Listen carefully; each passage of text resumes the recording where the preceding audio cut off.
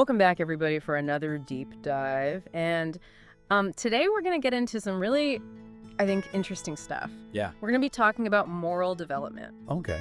So that question of, are we born with a sense of right and wrong? Like, is there some kind of law within us? We're going to be looking at this article called Moral Development and the Law of Love by Dorian Scott Cole. And he dives into how our morals change over time. And I think some of the things he says are going to be pretty surprising. Yeah, it's interesting. He doesn't just use that term like the law within. He sort of like unpacks it a bit and suggests that maybe it's connected to like our biological need to survive as a species. So, like we're wired to take care of children in our group and to cooperate with each other and to not hurt people in our group because ultimately like that helps us survive. Oh, so it's not like some mystical voice. It's more like our biology is pushing us towards certain ways of behaving. Right, exactly. And Cole argues that on top of that foundation, you have the social and cultural influences that shape us as we grow up. Right. It's kind of like, if you think of a house, the foundation is there, but like what you build on top of it can be so different. Yeah, that makes sense. But like, how does all of this play out in our lives?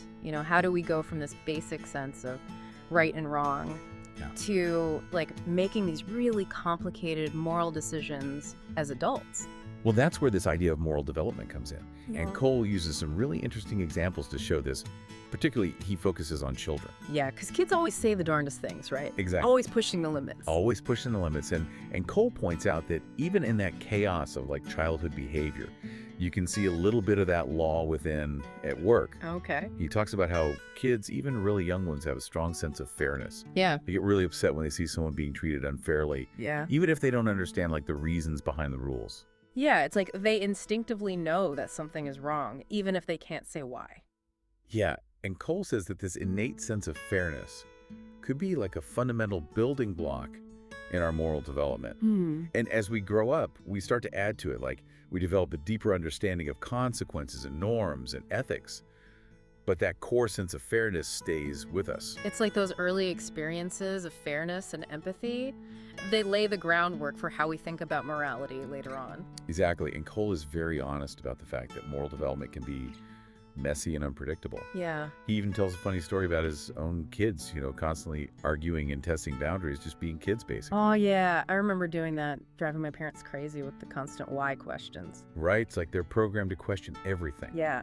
Yeah. Is that just a phase, though, or is it something more? Well, Cole actually suggests that this need to rebel, to question, to push back, that might be important for our moral growth. Oh, interesting. Because it forces us to confront different points of view, to think critically about the rules, and to figure out our own sense of right and wrong. So it's not just blindly following the rules. No. You have to really engage with them, question them, maybe even break them sometimes. Exactly. And this brings us to a really interesting historical perspective that Cole introduces the story of the Apostle Paul Okay. and his struggle to apply moral principles in a world that was changing really fast. So even back then, people were grappling with these same questions of like right and wrong, freedom and responsibility. Absolutely. Paul's job was to spread the message of Christianity to all sorts of people, many of whom didn't know anything about Jewish law. Right. And he had to figure out how to make these ethical principles understandable and relevant to people from very different backgrounds. That sounds like a tough job. It was. And Cole highlights this really interesting dilemma that Paul faced. He knew that if he told non-Jews that no laws applied to them, that could create chaos, moral relativism. But at the same time, he didn't want to just impose a rigid set of rules that felt alienating.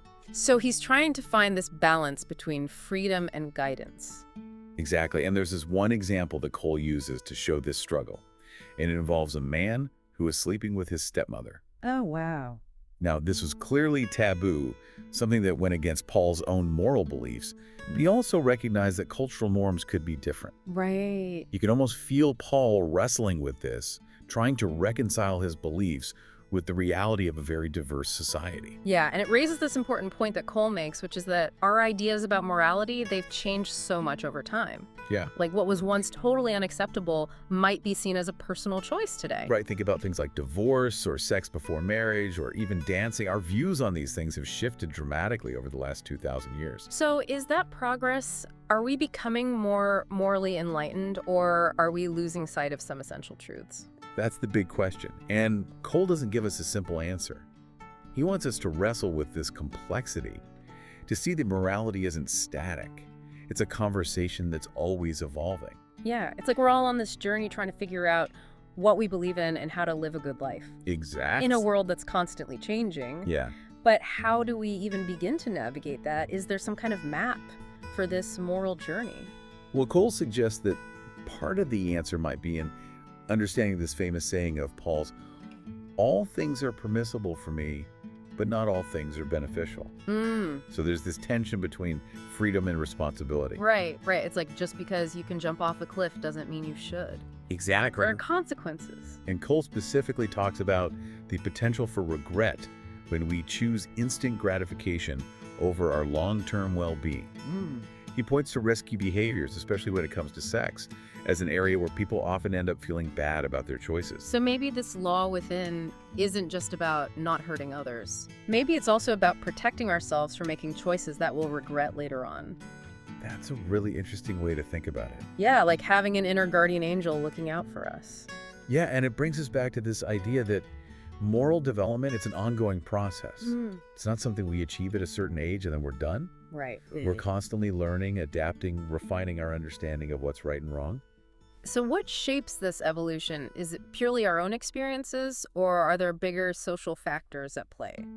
That's a great question. And Cole introduces a really fascinating concept here, something he calls probability space. Okay, bear with me here. This sounds a little technical. I know it does, but stick with me. It'll make sense. All right.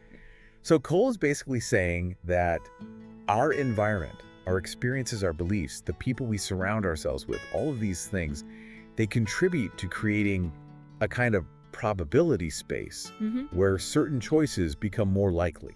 So it's like saying the stage is set, the props are in place, the script is written, but we still have the power to decide whether or not to play our part. Exactly. It's not destiny, but there are certain factors that can nudge us towards certain choices. Okay. And this brings up questions about free will and determinism. But Cole seems to be saying that even though we're influenced by all these things, we still have the power to choose.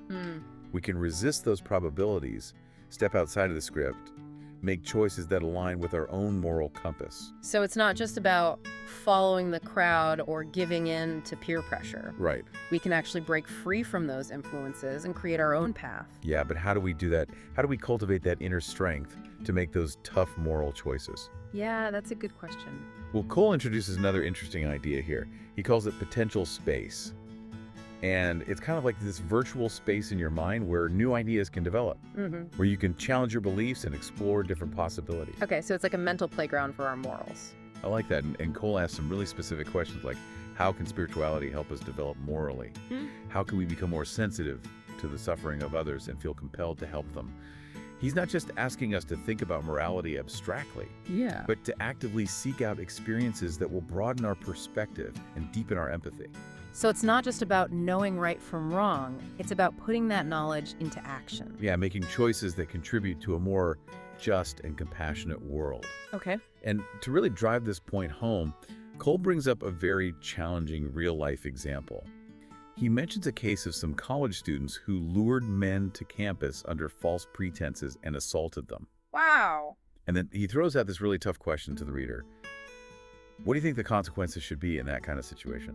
That's heavy stuff. Yeah. It's a situation that forces us to really confront those gray areas where right and wrong aren't so clear-cut. Kids. I think we need a moment to process this and gather our thoughts before we dive into that discussion. Yeah, let's take a moment to reflect on what we've covered so far and then come back to this challenging case with fresh eyes. Okay, sounds good. We'll continue our exploration of moral development in just a moment. All right, so we've been talking about this law within and how it could be connected to our biology. But that college campus case that Cole brings up, that's a real challenge. It's hard to see how that kind of behavior comes from a place of fairness or empathy. Yeah, that's the core issue, isn't it? How do we reconcile those two sides of ourselves? On one hand, we have compassion and cooperation, but on the other, we're capable of such cruelty and selfishness. So are we just walking contradictions? I mean, how do we make sense of that? Well, Cole suggests that maybe the answer lies in understanding the difference between moral intuition and moral reasoning. Go. So those gut feelings that we talked about, fairness, empathy, those are our moral intuitions. They're fast, automatic, often driven by emotion. Like when you see someone being bullied and you just feel this urge to step in and help. Exactly. But then there's moral reasoning, which is slower, more deliberate. It involves thinking things through, weighing consequences, considering different viewpoints, applying ethical principles. So it's like moral intuition is the raw material and moral reasoning is what shapes it. That's a great way to put it. And Cole argues that this process of moral reasoning, it develops over time. It's shaped by our experiences, education, social interactions. Okay. And he even throws out this statistic that kind of blew my mind. Our moral and ethical systems, they may not fully mature until we're around 27 years old. 27. Really, that's like way after most people become legal adults. So does that mean we shouldn't hold young people accountable for their actions until they hit that age? No, not necessarily. It's more about understanding that their brains are still developing those parts of the brain that control impulses and planning ahead and grasping the full consequences of actions. They're not quite there yet. So back to that college campus case, are you saying those students might not have fully understood the seriousness of what they were doing? It's possible. And Cole emphasizes the role that social influences can play. He highlights research showing that peer pressure group dynamics, even the culture at large, can really shape our choices. It's like that saying, you are who you hang out with. Right. If you're surrounded by people who encourage certain behaviors, it's easier to go along, even if it goes against your gut feeling. So in those situations, empathy becomes really important. Exactly. Not just for the victims, but for the people who've done wrong, too. It's about trying to understand what led them to that point, to see them as complex individuals, not just monsters. I'm starting to see how this all connects back to the idea of the law within. Maybe it's not just about knowing right from wrong, but also about having empathy even for those who make terrible mistakes. I think it's a key insight. Cole seems to be saying that real moral growth, it's not just about following rules, it's about cultivating compassion, connection with others, even those who are different from us, or who've done things we find reprehensible. So not excusing bad behavior, but trying to see the humanity behind it. Exactly, and that's tough, especially when we're dealing with situations that make us angry, disgusted, afraid. But Cole argues that it's in those moments that we need to tap into that law within the most to resist the urge to demonize others, and instead trying to understand what led them to that place. Okay, so we've got this law within, shaped by our biology, our experiences, our social environment, our capacity for empathy. But where does spirituality fit into all of this? Cole mentions it, but he doesn't really go into detail. True, he doesn't offer a definitive answer, but he asks some thought-provoking questions like, how can spirituality in or out of church further moral development? And he challenges us to consider how we can cultivate a sense of interconnectedness and compassion that goes beyond our differences. So it's not necessarily about following a specific religion, but more about connecting with something bigger than ourselves, something that unites us as human beings. I think that's a good way to put it. And it connects back to that idea of potential space, creating a space within ourselves to explore those big questions, to challenge our assumptions, to deepen our understanding of our own moral compass. It's interesting to think about this in the context of what's happening in the world today. We're so polarized, so quick to judge those who disagree with us. It's like we've lost sight of that shared humanity that Cole was talking about. Yeah, it's like we've forgotten how to have those tough conversations with empathy and respect. Yeah. We're so focused on being right that we miss the opportunity to understand other perspectives. Which brings us back to that college campus case and Cole's question about the consequences. It's easy to just demand punishment, but maybe that's not always the most just or compassionate approach. It's complex. There are no easy answers. But Cole invites us to think beyond retribution, to consider the possibility of rehabilitation and restoration. He asks, how do we balance justice with understanding the complexities of moral development? That's a question worth pondering. It's a reminder that even people who commit awful acts are still human, capable of change, and maybe by tapping into that law within that connects us, we can find a way to move forward with both accountability and compassion. But we're running out of time for today's deep dive. What are your final thoughts on this idea of the law within, and how can we apply these insights to our own lives? Well, I think Cole's article reminds us that morality is a journey. not a destination. It's a lifelong process of learning, growing, and evolving. And we might not always get it right, but we can try to cultivate that inner compass, that sense of empathy and connection that helps us make choices that benefit both ourselves and the world around us. That's a beautiful thought to end on. Thanks for joining us for this deep dive into moral development. Until next time, keep exploring, keep questioning, and keep striving to live a life that aligns with your own evolving sense of what's right and good. Okay, so we left off talking about balancing justice with understanding in these really complex situations where people make harmful choices. And Cole really doesn't let us off the hook with that college campus example. He really wants us to think about this question of consequences. Yeah, it's a question that cuts to the core so much. Our legal systems, our values as a society, even our personal beliefs, like how do we respond to people who do wrong? Is punishment the only answer? Or is there room for something more like redemption or rehabilitation? And Cole doesn't give us like a simple formula, but he does offer a really interesting way of looking at it. Yeah. He suggests that maybe instead of just focusing on retribution like an eye for an eye, we could also consider the potential for change. Right, and he points out that our brains are constantly changing and adapting, especially when we're young adults. There's a lot of what they call neuroplasticity, which means that, those neural pathways can be rerouted, new connections can be formed. It's like our brains are still under construction. So you're saying that even people who do really terrible things could potentially change their behavior, like rewire their brains? Well, Cole seems to think it's possible. Mm-hmm. And he points to research on restorative justice programs that have shown some pretty promising results. These programs focus on bringing victims and offenders together in a safe space where they can share their perspectives and try to repair the harm that was done and ultimately find a path towards healing.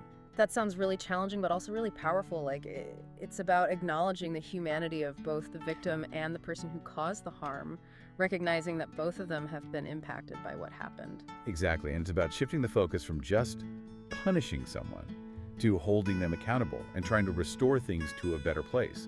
It's about helping them understand the impact of what they did, take responsibility and make amends in a way that actually means something. This makes me think about how quick we are to demonize people who commit crimes. We label them as monsters, irredeemable. But Cole's perspective suggests that there's always the possibility of change, of growth, even in those really dark situations. Right, and it's not about saying what they did was okay or making excuses. It's about recognizing the complexity of being human, understand that we're all capable of both good and bad, and maybe, just maybe, if we can tap into that shared humanity, that law within that connects us, we could find a way to create a more just and compassionate world. It's a hopeful message, but it's also a challenging one. It asks us to step outside of our comfort zones, to confront our own biases, and to be open to having those difficult conversations with empathy and understanding. And it's not easy work. It takes patience and courage and a willingness to see the world through different eyes. But if we truly want to build a better future, a future where justice and compassion go hand in hand, then it's work we have to be willing to do. Well said. Cole's article has given us so much to think about, from the biological roots of morality to the complex interplay of social influences, personal responsibility, and the potential for change. Yeah, and as we navigate this complicated and often unpredictable world, I think it's helpful to remember that the law within isn't some fixed set of rules. It's more like an evolving compass that guides us towards a more just and compassionate way of being. It's a reminder that we're all in this together, constantly learning and growing and trying to figure out what it means to live a good life. And maybe, just maybe, by embracing that shared humanity, by tapping into that law within that connects us all, we can create a world where justice and compassion truly prevail. Thanks for joining us for this deep dive. Until next time, keep exploring, keep questioning, and keep striving to live a life that aligns with your own evolving sense of what's right and good.